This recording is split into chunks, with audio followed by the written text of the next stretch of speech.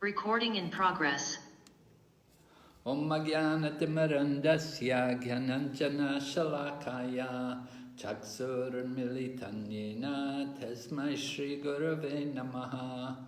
Nama Om Vishnu Padaya Krishna Prashtaya Bhutale Srimati BhaktiVedanta Swaminiti Namane.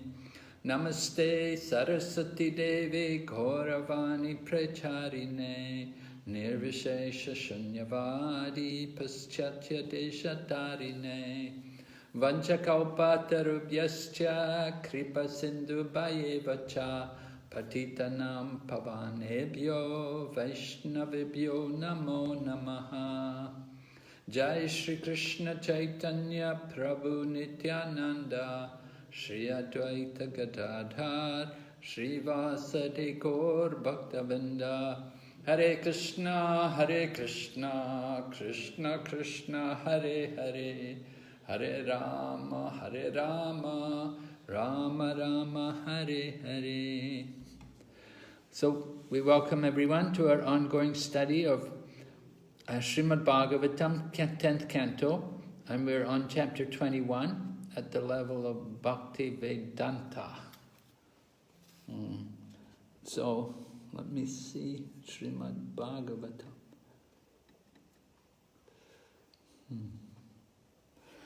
So maybe someone would like to tell me something they can remember from yesterday's class? Someone like to contribute something? What do you remember? Anything? Hare Krishna Maharaj. Yes, Prabhu. It was such a pleasurable nectarian teachings that we hear from you, and the Gopis' intense loving feelings towards Krishna. Being women, they are shy and are not able to mix along with the others in open, and even though they have a great desire to participate in such pastimes of how Krishna actually tends the calves in the forest, but they try to become satisfied by seeing him around the bushes and behind the leaves, and yet they have a deep, intense appreciation, especially for the dress that he's wearing and the wonderful garlands and the beauty of the Lord, and they are attracted to the flute, and they compare themselves to various other living entities within Vrindavan and see their own condition to be much more lower than them, and they consider themselves to be less fortunate. So many of these aspects have been specifically mentioned about the birds, the peacocks, and others who are more glorious than them because they have the opportunity to hear and see Krishna. So these were some of the very intense exchanges which they feel amongst themselves, discussing with the other gopis, and their desire for such an association. Okay, thank you so much. A lot of points there. I don't know if he left anything for anybody else. Are there any remnants left? Okay, well, we'll just go ahead. I wanted to continue text number 9. We were talking about text number 9 actually when we finished. I just wanted to go back to it. It's an important verse because it describes about the Gopis' feeling towards the flute, particularly. I'll read the translation. My dear Gopis, what auspicious activities must the flute have performed to enjoy the nectar of Krishna's lips independently and leave only a taste for us Gopis, for whom that nectar is actually meant. The forefathers of the flute, the bamboo trees, shed tears of pleasure. His mother, the river on whose bank the bamboo was born, feels jubilation, and therefore her blooming lotus flowers are standing like hair on her body. So we spoke a little about the flute. Remember, what is the problem here actually? Why the Gopis have so much envy for the flute? Because the flute is enjoying the nectar from the lotus lips of Lord Krishna. Well, that's all right, but some other problems come up. One is that, first of all, the flute is an inanimate object. And so it indicates to the gopis, they say, it never did any pious activities. That's why he's born in that inanimate condition. This is how the gopis argue. They say, what piety he could have done. He never did anything. He's born as an inanimate object, a piece of bamboo wood. But he's enjoying the nectar from Lord Krishna's lips. What audacity, the gopis say. So they're very angry. And the acharyas also point out that the term Venu, which is used for the flute, that's of masculine gender. And that makes the gopis even more outraged about the whole thing. That he's in a male form and he's enjoying the nectar from the lips of Krishna. He's a gopa and we're the gopis. This nectar from the lips should be for us to enjoy. So like this is the mood of the gopis, that they're feeling that they're deprived of what is actually their property. So they accuse the flute of being a thief, taking what does not belong, what's not really meant for him. And a couple of nice examples are we're told also about the trees on the bank of the river and the river itself, that the trees on the bank of the river are like friends of the flute. They're like male friends of the flute, whereas the river is like a female friend of the flute. And the trees are described that the sap is flowing from the trees. So in the translation itself, Sukadeva or the gopi who's speaking is described as saying that she doesn't speak about the sap which is flowing from the, but she said, the forefathers of flute, the bamboo tree, they shed tears of pleasure. Okay, they described that they shed tears of pleasure. Pleasure in the sense that he's one of their family members, and he's tasting the nectar, and he's doing this wonderful service for Lord Krishna, to be the flute in his hands and to taste the nectar from his lips. So the sap which is flowing from the trees is compared to the tears of pleasure for the bamboo trees. But Sanatana Goswami, in the purport, Prabhupada writes, he says Sanatana Goswami has given a different interpretation of this. He sees it in a different way, and he said actually the tree is not rejoicing, the tree is lamenting. The tree is lamenting because the trees also, they want to enjoy, they want to play with Krishna. They would like to play with Krishna themselves. And so the sap which is flowing is tears, not tears of joy, not tears of ecstasy, but tears of lamentation, that they're thinking themselves unfortunate, that they cannot play with Krishna. And the river was described, that the lotus flowers which are blooming in her waters, they're compared to the standing of hairs on the body of a devotee. When a devotee takes pleasure in chanting the holy name or in hearing the glories of the Lord, then the hairs will stand on end. It's a symptom of bhava.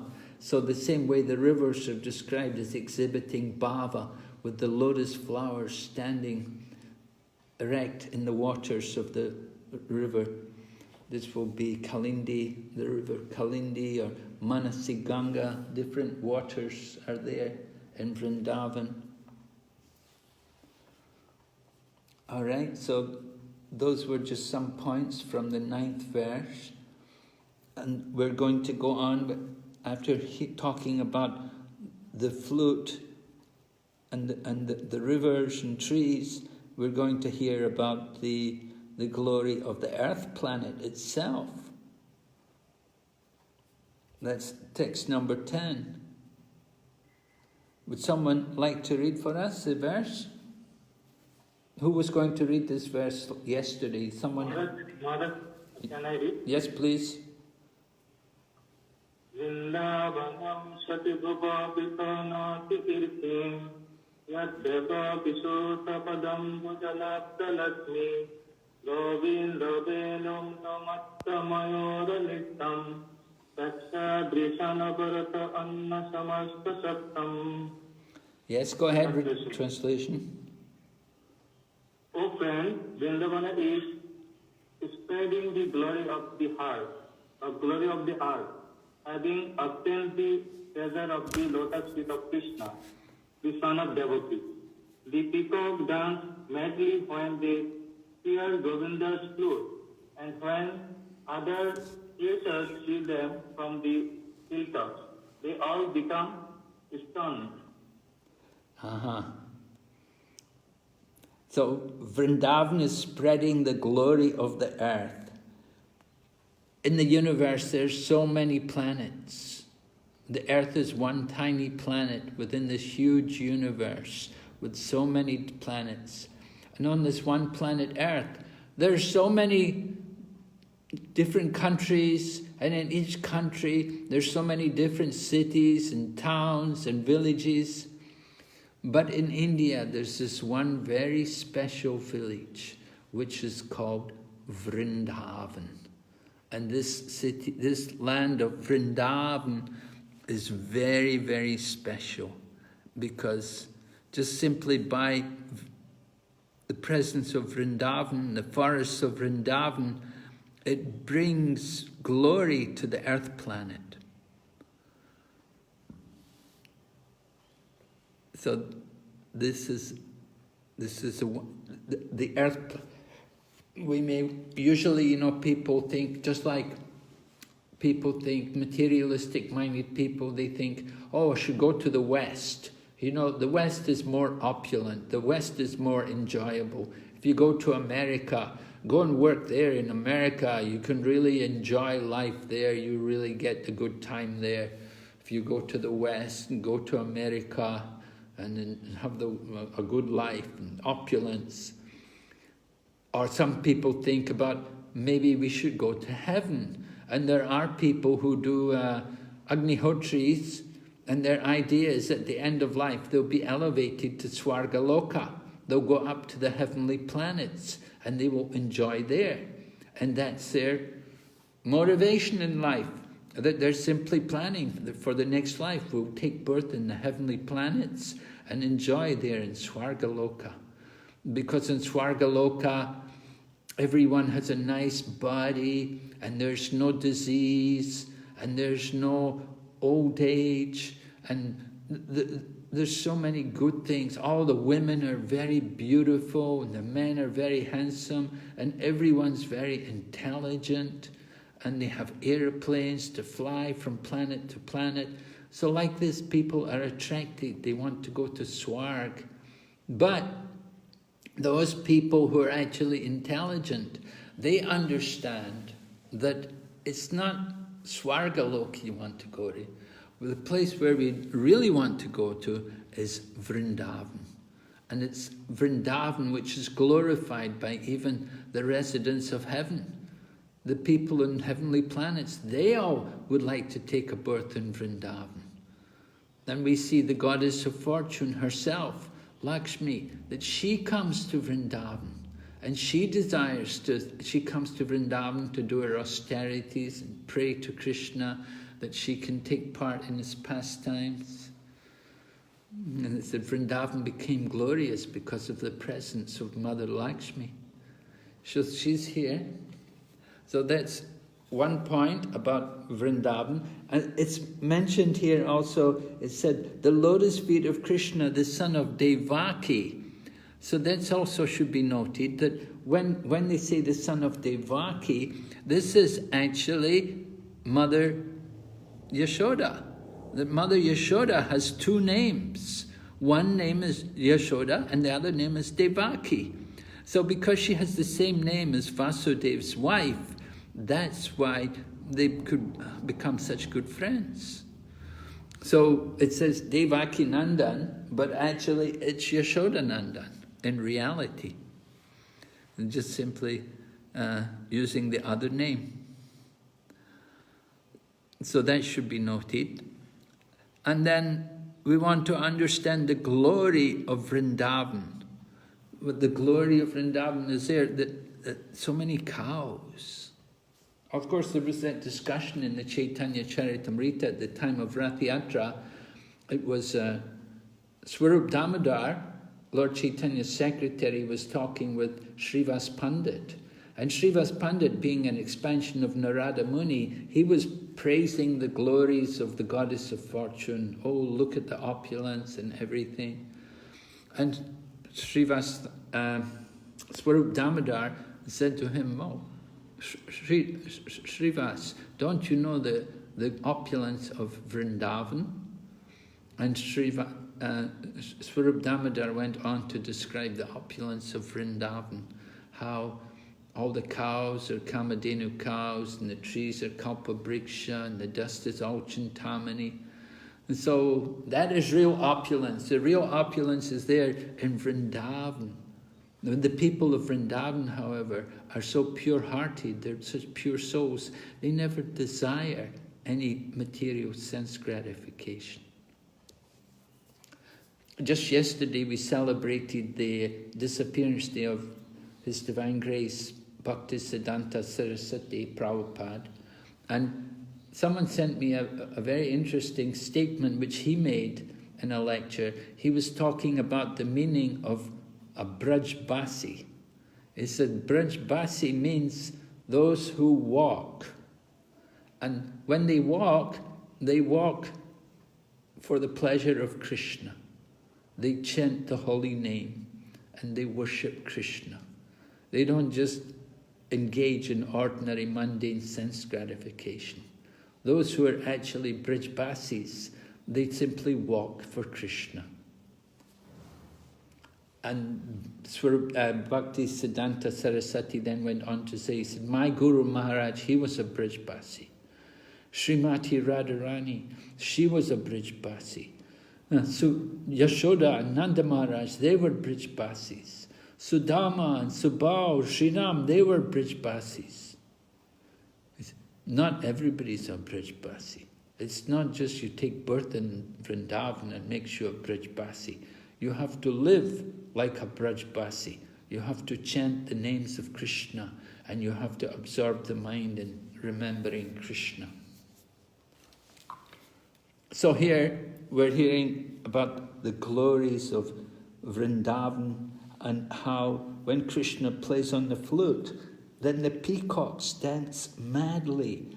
When they hear the sound of Kṛṣṇa's flute, they feel so much ecstasy.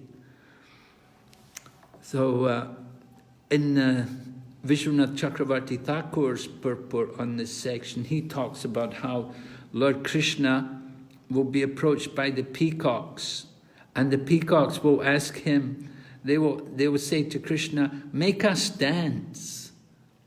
And so Kṛṣṇa will get in the center and he'll be surrounded by a circle of peacocks, and Kṛṣṇa will play the flute and he will dance at the same time. And in this way, all the peacocks, they also dance and they're also satisfied when they hear Kṛṣṇa playing on the flute. They're very happy and they're so satisfied that they just like when some artist is performing, maybe some musical performance, then the audience, they'll give some presentation, maybe a bouquet of flowers or something. So they came, the peacocks would give up their feathers, their tail feathers, and then Kṛṣṇa will take the tail feathers of the peacocks and he'll put one of them at least in his turban and wear it on his head for decoration. And in this way everybody's pleased. So when Kṛṣṇa would dance and play on his flute, all the different creatures in the jungle, in the forest, they would all come and they'd all watch. The deer, the does and the bucks, and then also the pigeons and the doves, and there will be other, of course, the cows and the calves, they're all there, and they're all relishing, they're all very happy to hear the sound of Krishna's flute. Hearing the sound of Krishna's flute awakens their ecstatic love for Krishna. So the purport, Sridhar Swami explains that because activities such as those described in this verse do not occur in any other world, the earth is unique. In fact, the earth glories are being spread by wonderful Vrindavan because it is the place of Krishna's pastimes. So the wonderful thing about Vrindavan is Krishna performs all of his pastimes there, particularly rasa dances there, and Vrindavan is also everywhere. Krishna's lotus feet, his footprints are there all around Vrindavan. That is different. We don't get that in Vaikuntha, remember? Do you remember? Why not? Why are there no footprints of Krishna in Vaikuntha? Because Vishnu wears. Yeah, he wears slippers, right? He's wearing slippers in Vaikuntha. Prabhupada always liked to wear slippers, actually. Tamal Krishna Goswami told me, he said Prabhupada never usually went barefooted. He would always have some slipper on his feet.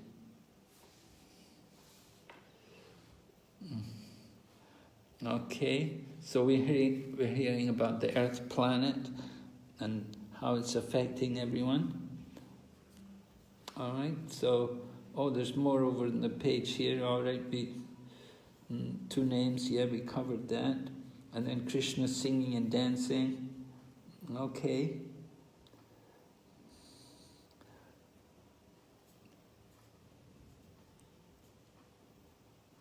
All right, so we covered it all.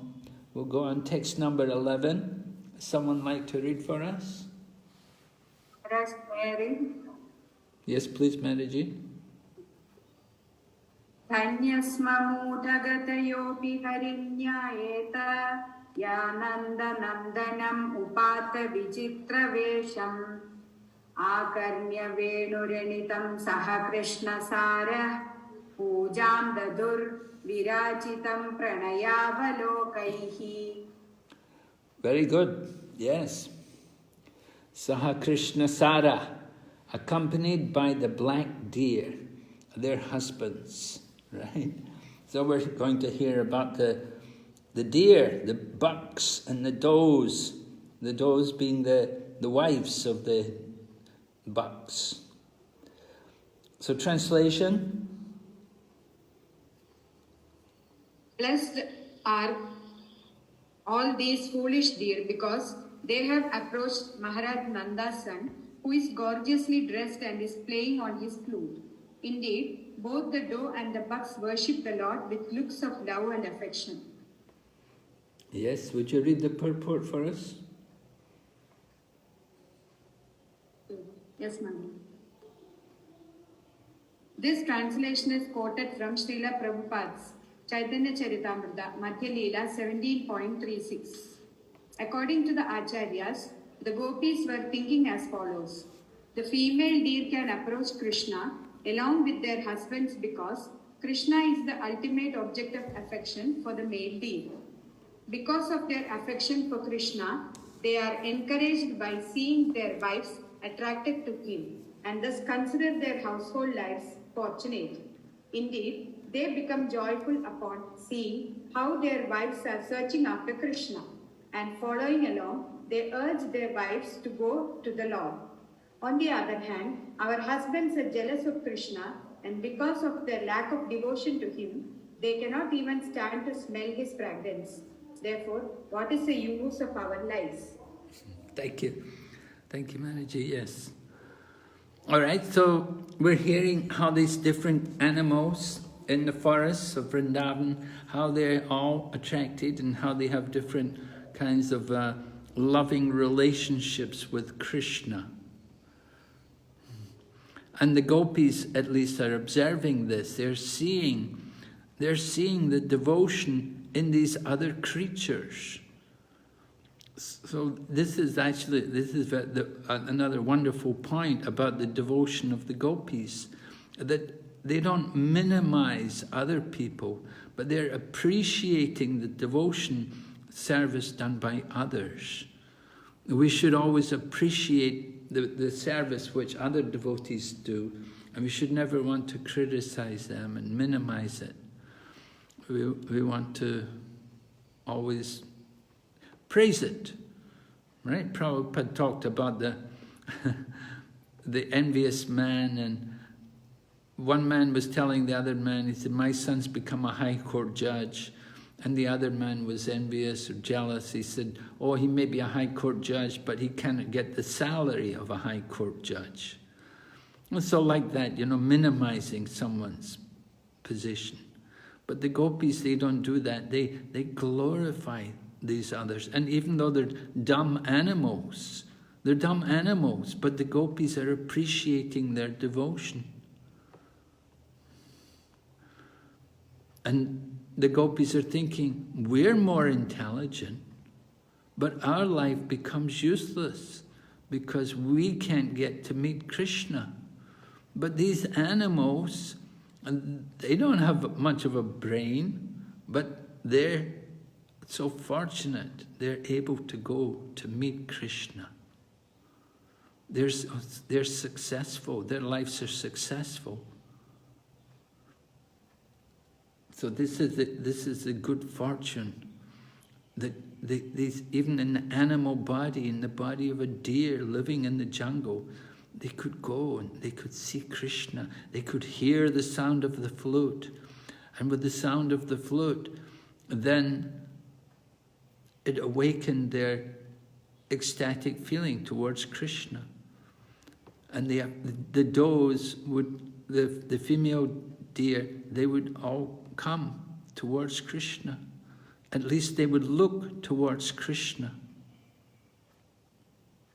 But the gopis, they hardly ever got to see Kṛṣṇa. They could hear the flute, but when they come to see it, he was always far away. They couldn't see him. Difficult for them to get a chance to see him. But just to get the glance of Kṛṣṇa, then their life is successful. If Kṛṣṇa just throws his glance, as we heard yesterday, that if Kṛṣṇa looks at the gopis even once, he will throw the glance at them, and they will be stricken, and they will give up their shyness, they will give up their bashfulness, and they'll be eager, they'll be very, very eager to come closer and to be with Kṛṣṇa. So these black deer, they're called Kṛṣṇa, right? Those who take Kṛṣṇa along as an object of worship.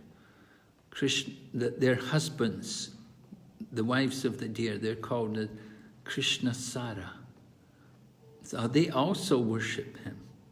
So this is really agitating to the gopis when they see that not only are the wives worshipping Kṛṣṇa, but their husbands also are attracted. And so seeing the wives so attracted to Kṛṣṇa, the husbands become, when the wives see their husbands, when the husbands see their wives attracted to Kṛṣṇa, they're happy, they don't mind. They think this is the success of married life. This is how grihasthas should think, that the success of married life is when one of the members of the family becomes attached to Kṛṣṇa and develops their love for Kṛṣṇa. Then it should inspire the other members to follow.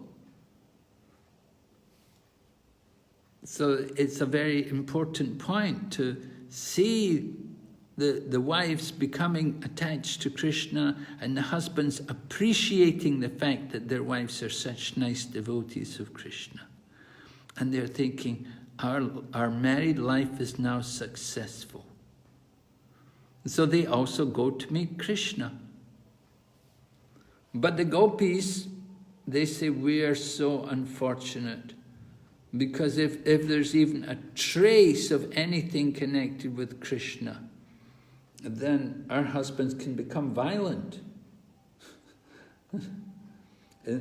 Or if there's any, if my husband even smells his fragrance, then he gets so angry, he'll become violent. The Gopīs are lamenting their condition, that even though we're attracted to Kṛṣṇa, our husbands are so much against.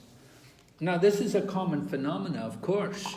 In our preaching, all around the world, we do find, we get a lot of pious ladies, and we don't find it so easy to get the men to have the same kind of piety. Maybe some of the ladies could tell us some secrets. What would you suggest? What's a good strategy in order to cultivate the husband, in order to help the husband to become a better devotee? Any suggestions? Or to bring the husband in to Kṛṣṇa consciousness? If you want to... Maharaj, it said that the way to a man's heart is through his stomach. Feed him nice prasadam. Feed him nice prasadam. Is that going to help him accept Kṛṣṇa? I don't want my wife associating with another man or running after another man. I want my wife to be chaste. She should be with me. Why she has to go and see this other man? Why is she so attached to this other man?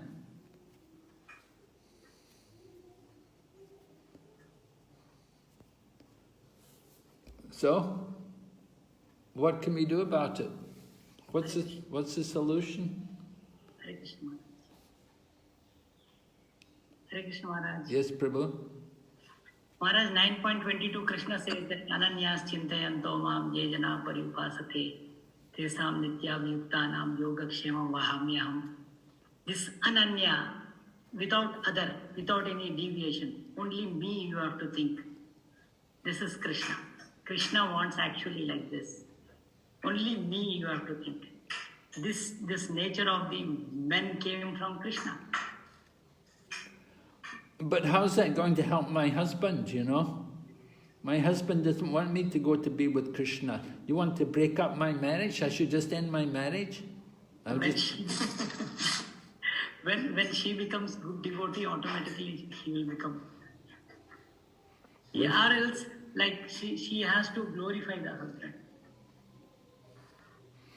Like when she is doing Kṛṣṇa consciousness, once in a while she can request a nice time, she can request that to chant one round.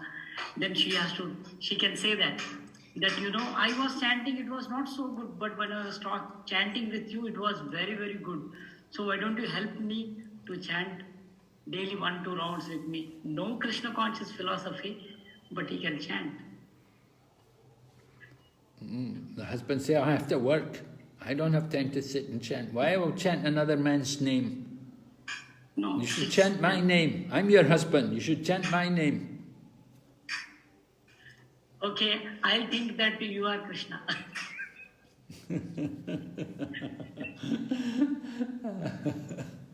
Okay. Good. Kṛṣṇa is all attractive. For me, you are all attractive. Okay, yes. Very nice. Nice argument.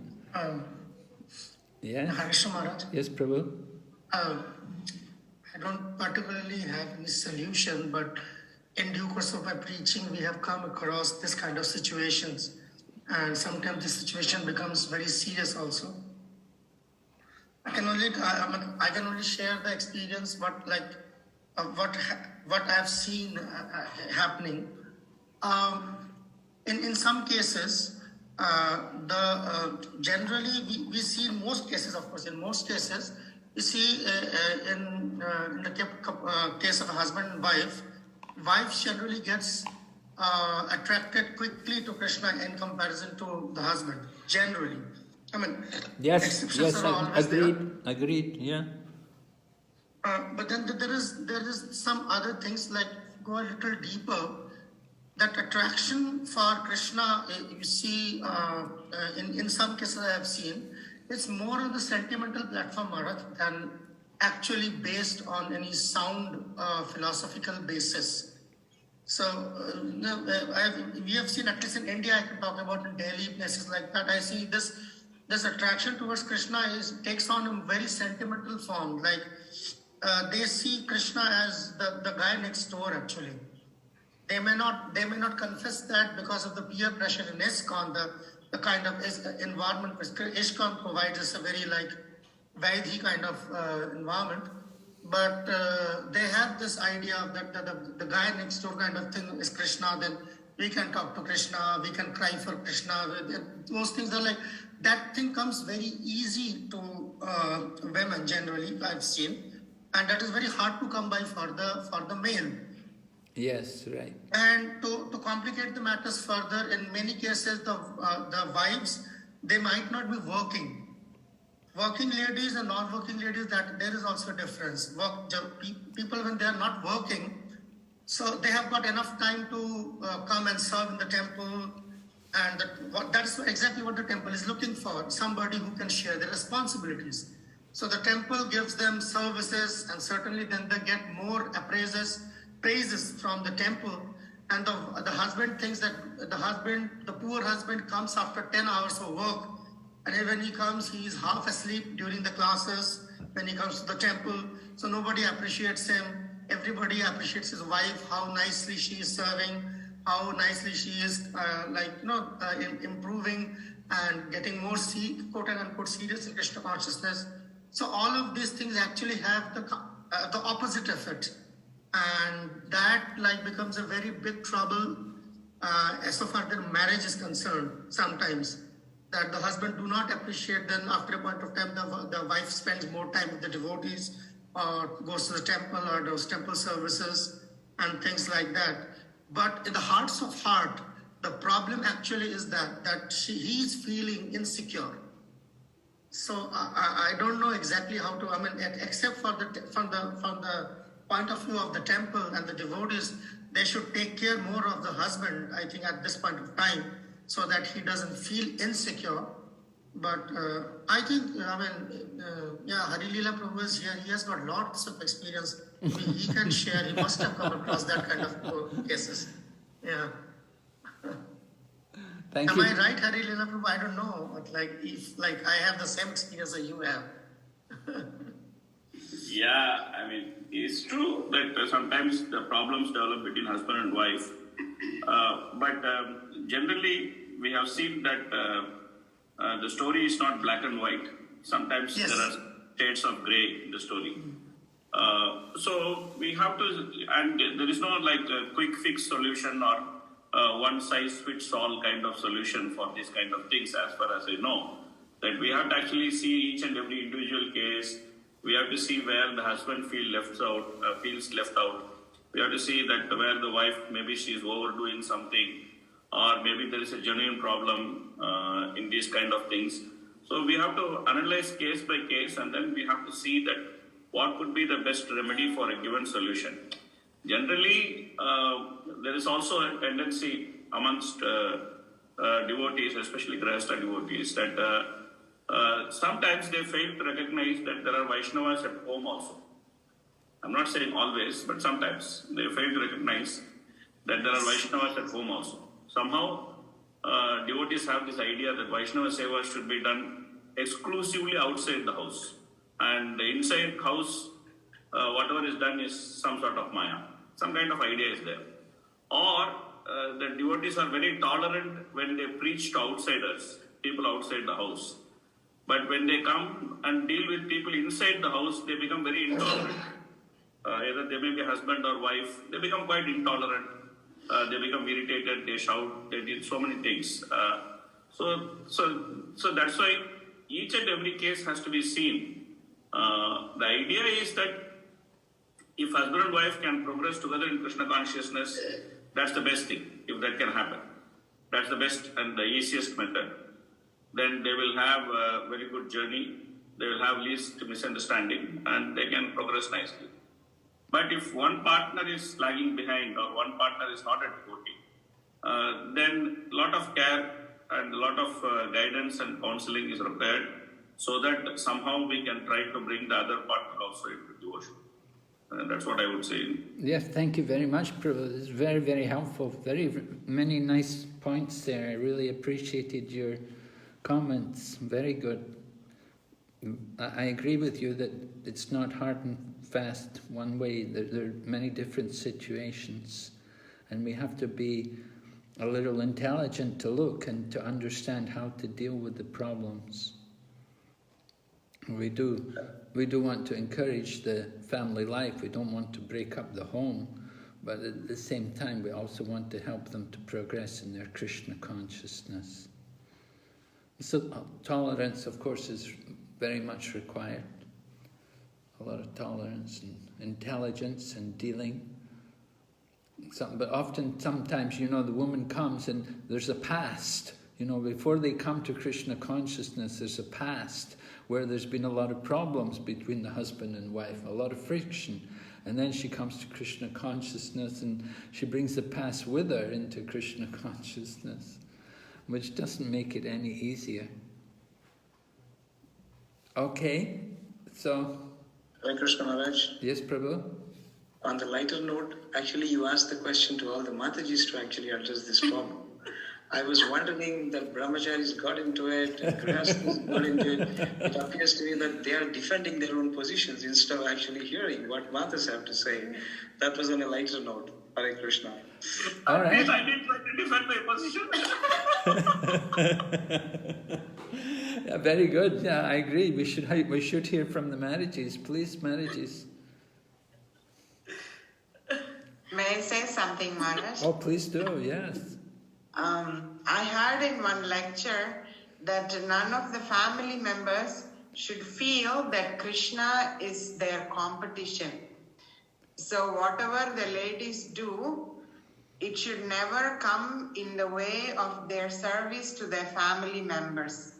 So you chant, you do worshipping of deities, you go on book distribution, whatever else is your service, do it in a way that it is not obstructing your husband or children's need of you. Your child is there, before you came to Krishna conscious, maybe every day evening, you sit and study or help them with homework. Now if you say, I'm going to read Bhagavatam, then the child thinks Krishna is my competition. My mother is taking Krishna away from me. So they develop a negative feeling towards Krishna. So everything we have to do in such a way that whatever we offer to them is never obstructed. In fact, they should feel that from the time the wife has come to Krishna consciousness or mother has come to Krishna consciousness, she is giving us so much more. And that is because of Krishna. Krishna has made her a better person. So it is good for me to also accept Krishna. So we need to be very conscious that nothing we do to them becomes less because we have to do something for Krishna. In fact, it should become more so that they like it more. Yes, very, very good point. Thank you. It's a very nice point. I need to remember that myself. It's very important because I often have to advise people on this. Ladies, so many ladies come and they have that situation. They're very devoted, but the husband's not interested and the husband's against it. And what to do, how to handle it. So yes, they have to give proper attention and take care for the husband and please him. And children also as well. They should not feel neglected. They should feel encouraged. Okay, so let's go ahead then. Text number 12. Someone can read? Maharaj, if I may. Please. Krishnam nirikshya vanitotsava rupashilam srutva jatat panita venu vivikta geetam devyo vimanagataya smaranunna sara rashyak rasuna kabaram muhurvinivya. Oh, wow, wonderful. Translation. Krishna's beauty and character create a festival for all women. Indeed, when the demigods' wives flying in airplanes with their husbands catch sight of him and hear his resonant flute song, their hearts are shaken by Cupid, and they become so bewildered that the flowers fall out of their hair and their bells loosen. Yes. Would you like to read the purport? Yes, Maharaj. In Kṛṣṇa, the Supreme Personality of Godhead, Srila Prabhupada comments, this verse indicates that the transcendental sound of the flute of Kṛṣṇa extended to all corners of the universe. Also, it is significant that the Gopis knew about the different kinds of airplanes flying in the sky. In fact, while sitting on the laps of their demigod husbands, the demigoddesses became agitated by hearing the sounds of Krishna's flute. Thus the Gopis thought they themselves should not be blamed for their ecstatic conjugal attraction for Kṛṣṇa, who after all was a cowherd boy from their own village, and thus a natural object of their love. If even the demigoddesses became mad after Kṛṣṇa, how could poor earthly cowherd girls from Krishna's own village avoid having their hearts completely conquered by his loving glances and the sounds of his flute? The Gopis also considered that the demigods, although noting their wives' attraction to Kṛṣṇa, did not become envious. The demigods are actually very refined in culture and intelligence, and therefore when flying in their airplanes, they regularly take their wives along to see Kṛṣṇa. The Gopis thought, our husbands, on the other hand, are envious. Therefore, even the inferior deer are better off than we, and the demigoddesses are also very fortunate, whereas we poor human beings in an intermediate position are most unfortunate. Thank you, Prabhu.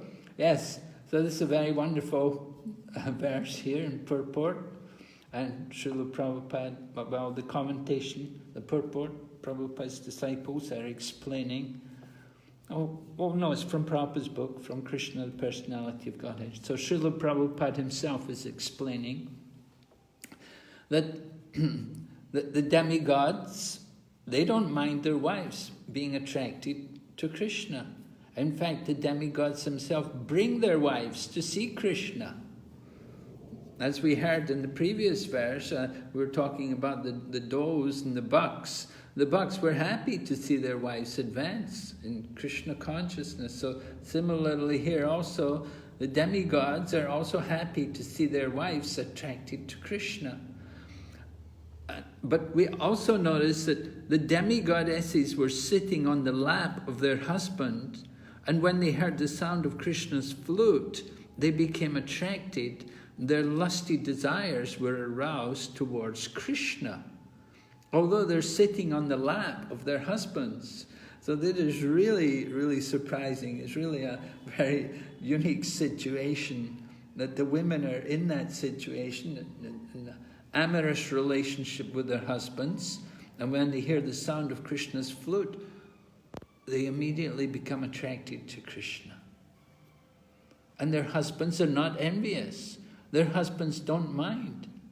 And their husbands even bring them to see Kṛṣṇa. And the Gopis, they're lamenting because they're thinking, well, the deer, they're dumb, they're not very quick-witted, they're dull-witted.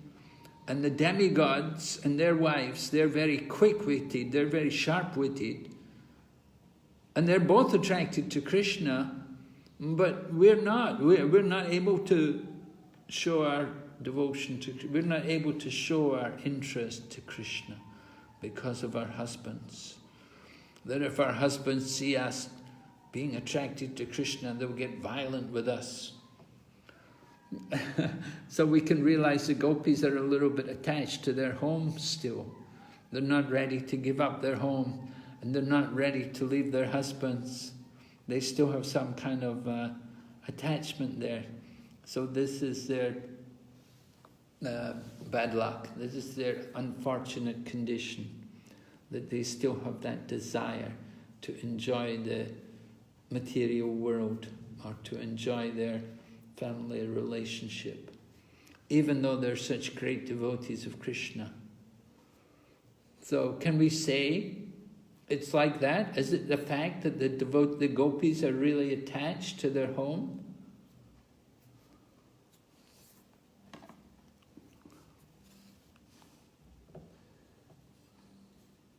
No, Maharaj, they are not attached, but they are thinking they are more unfortunate than the others. Yes, so, but couldn't they do something about it? Couldn't they just go to Kṛṣṇa and be with Kṛṣṇa? We see, like, you know, the story of the Dvijapatnis, the wives of the Brahmins during the ritual. The Dvijapatnis, they went to Kṛṣṇa and they didn't care. They said, well, no, it doesn't matter. We won't go back to our husbands. We'll just stay with you, Kṛṣṇa. But Kṛṣṇa told them, no, you should go back, right? You know the story, Dvijapatnis. They went to Kṛṣṇa. They had that prema. Does it mean the gopis here? Maybe they don't have that kind of prema. Is it there on a lesser platform?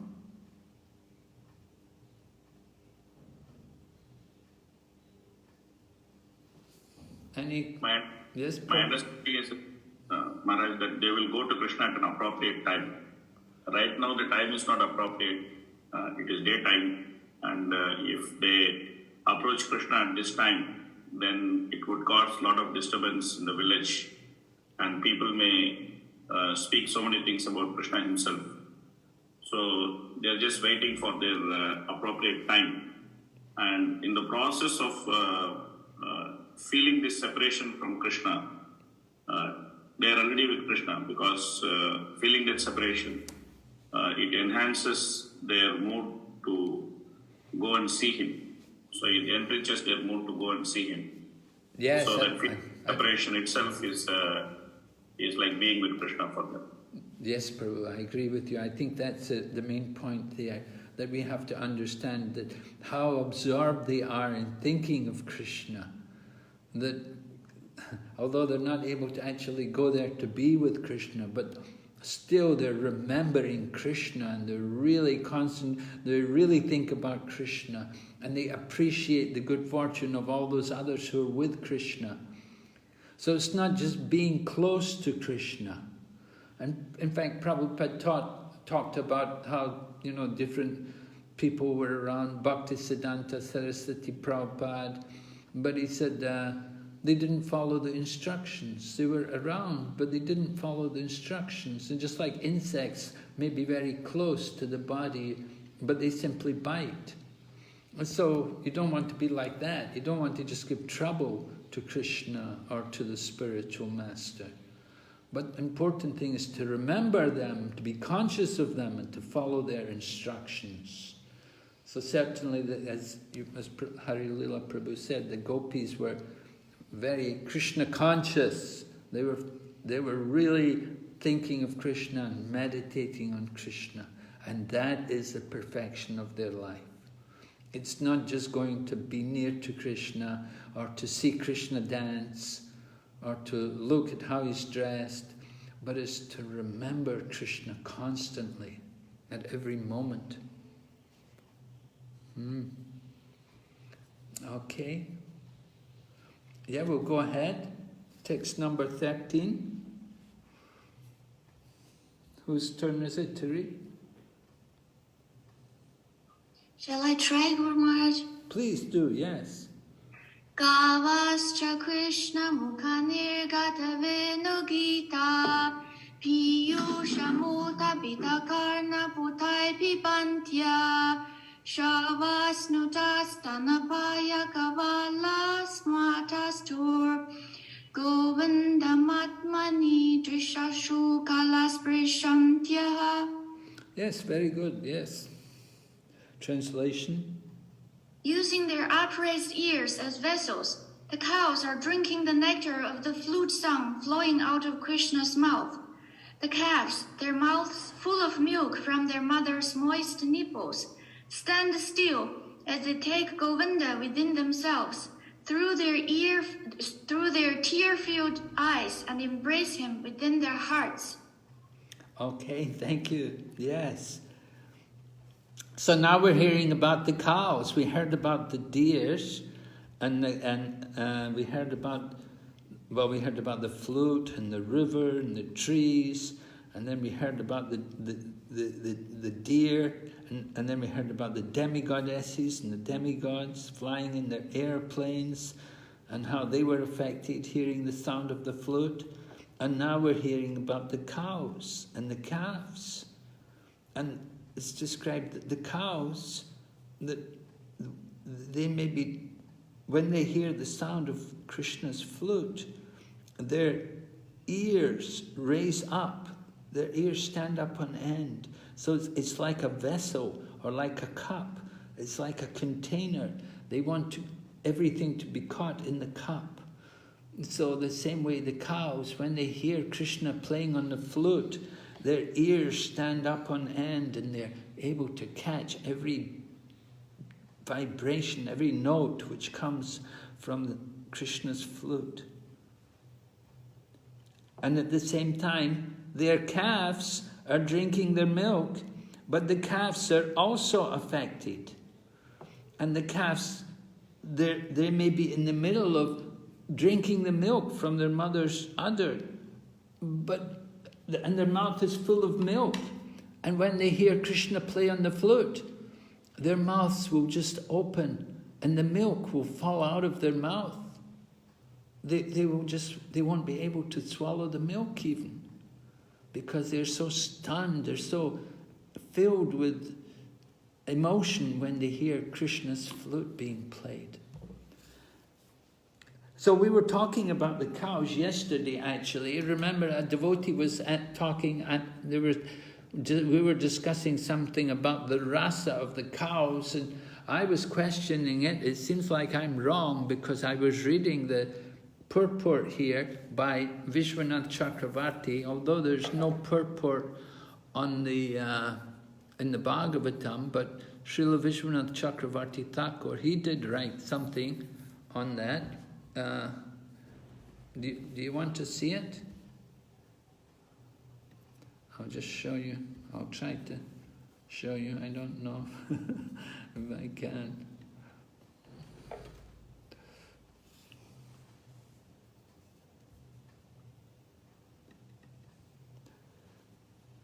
Okay, are you able to see it? Prabhus? Yes, Maharaj. Oh, okay, good. Let's see. Text number, what text is it again? 13, yeah, we're on text 13. All right, so we were talking about the rasa, and we'll just read what Vishwanath Chakravarti Thakur says. One cannot say that the bewilderment from the flute is generated only from conjugal desire of the female only. So we may consider like a conjugal love, because these are females, as you said, it's easier for these ladies to have this feeling of conjugal love for Krishna towards a man. They'll have that feeling. It's much easier for them to feel conjugal love for the man. Another man feeling conjugal love for another man, that's weird. But the Gopīs, our women, they can feel conjugal love for Krishna. But it's pointed out here that this desire for conjugal love is not for females only. And see the example of the cows and their calves. In fearing of spilling the nectar, the cows have raised their ears like cups to hear the flute. The cause of bewilderment is not just Vatsalya Bhav towards Krishna, for their calves also, without Vatsalya Bhav, were bewildered. So Vishwanath Chakravarti Thakur, he says that the cows, obviously, they will have that mood, they'll think of Krishna in a motherly way, which is Vatsalya Bhav, Vatsalya Ras. And the cows, when Krishna calls them, they come running. They're very happy. These cows, Krishna's cows, are all great devotees. They're very, very great devotees. They're not ordinary souls. And they're in that body of cows simply for the pleasure of Krishna. And when Krishna calls the cows, they will come running. And they have great affection for Krishna, licking Krishna, and they're always very, very close. They like to be with Krishna, and Krishna likes to be with them.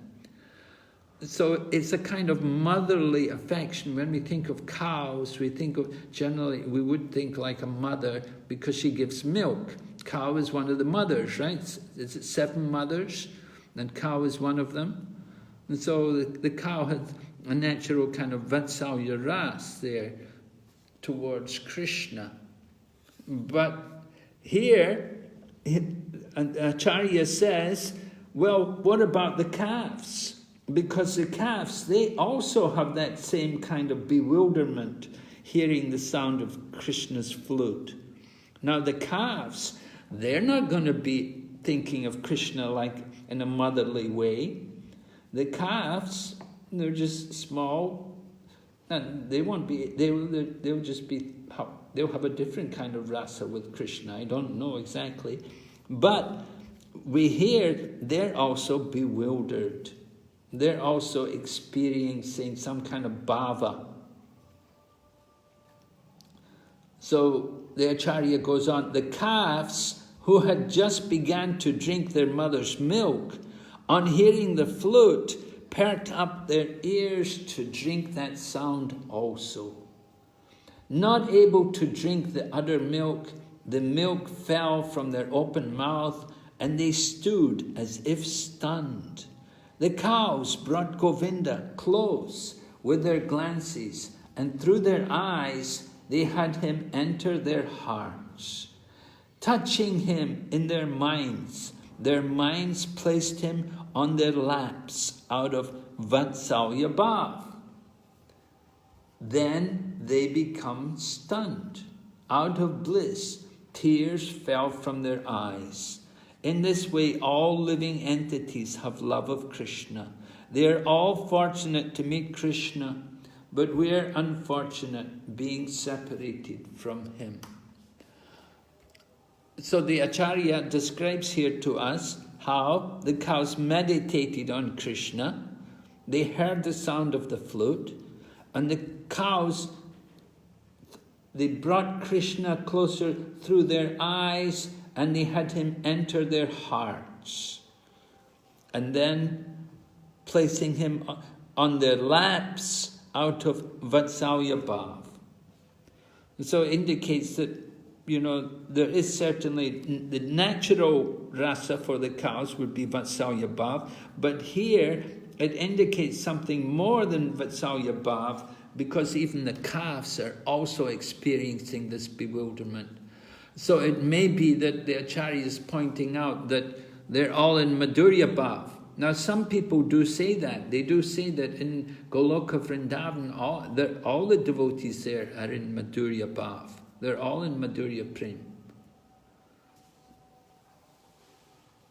It's not so easy to understand. Mother Yashoda also in Madhurya Prem? I don't know.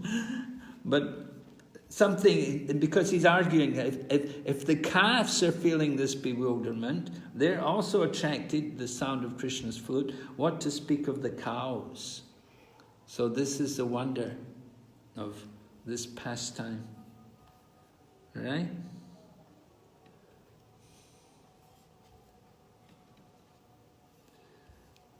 Okay, so that's text 13. We'll go ahead, text number 14, and we're going to hear about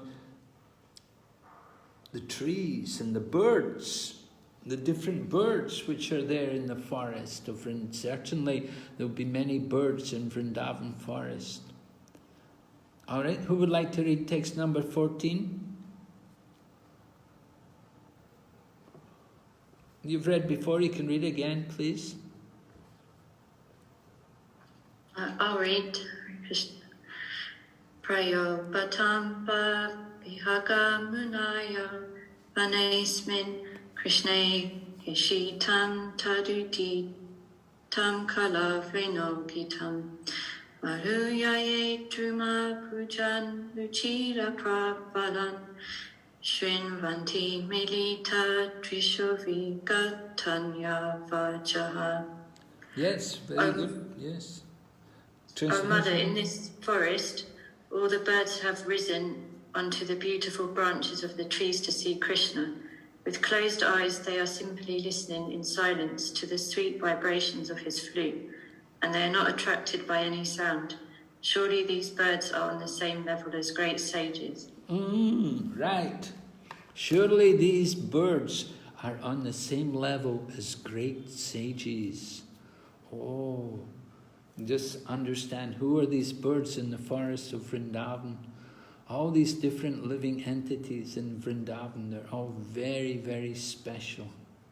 So the trees, the birds, even the hogs, right? Prabhupada spoke about the pigs, the hogs in Vrindavan. He said that they were some yogis who had committed some offense and they had to take birth in the body of a hog, but that would be their last birth before they go back to Godhead. And so all these Dhamvasis, they're all very, very special. And these birds, they're like great sages. Why? Why are they like great sages?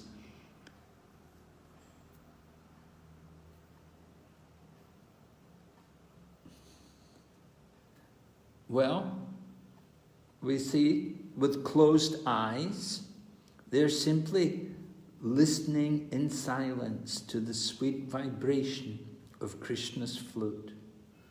And they're not attracted by any other sound. Now previously, great sages would they'd be discussing the Brahman. But these great sages, now, they've come to Vrindavan and they're so fortunate that they're able to hear about Kṛṣṇa. So that they simply close their eyes and they sit silently, motionless. Just like yogis meditating. Great sages, they live in the forest, you'll see with their eyes closed, silent, motionless. Prabhupada's purport says, significantly, it is stated here that even great sages become maddened by the sound of Krishna's flute, which is a completely spiritual vibration. The word Ruchira Pravalan indicates that even the branches of the trees are transformed in ecstasy when struck by the vibration of Krishna's flute song. Indra, Brahma, Shiva and Vishnu, being primordial gods, travel throughout the universe and have extensive knowledge of the science of music. And yet even these great personalities have never heard or composed music like that which emanates from Krishna's flute. Indeed, the birds are so moved by the blissful sound that in their ecstasy they close their eyes and cling to the branches to avoid falling off the trees. Srila Vishwanath Chakravarti Thakur explains that the Gopis would sometimes address each other as Amba, or Mother. All right, so we heard about the calves previously. The calves, they're material, right? So they're still tasting some kind of material pleasure. But now we're hearing about the birds. What about the birds? Well, they're like great sages. They're compared to Atmaramas, meaning those who are completely detached from the material world, no material desires, fixed in knowledge, and they cannot be disturbed.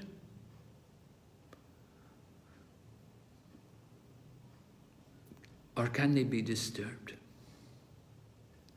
Can they be disturbed? Well, Kṛṣṇa attracts them also with his sweetness. When Kṛṣṇa plays on the flute, then they are also attracted. They're also influenced. They hear the sound of Kṛṣṇa's flute, it enters their ears, goes into their heart. And they sit there on the tree and they listen to the sound of the flute. And the trees, they're also influenced by the sound of the flute. The branches, when they hear the sound of Kṛṣṇa's flute, then some of the branches, they begin to grow new leaves and they begin to grow buds.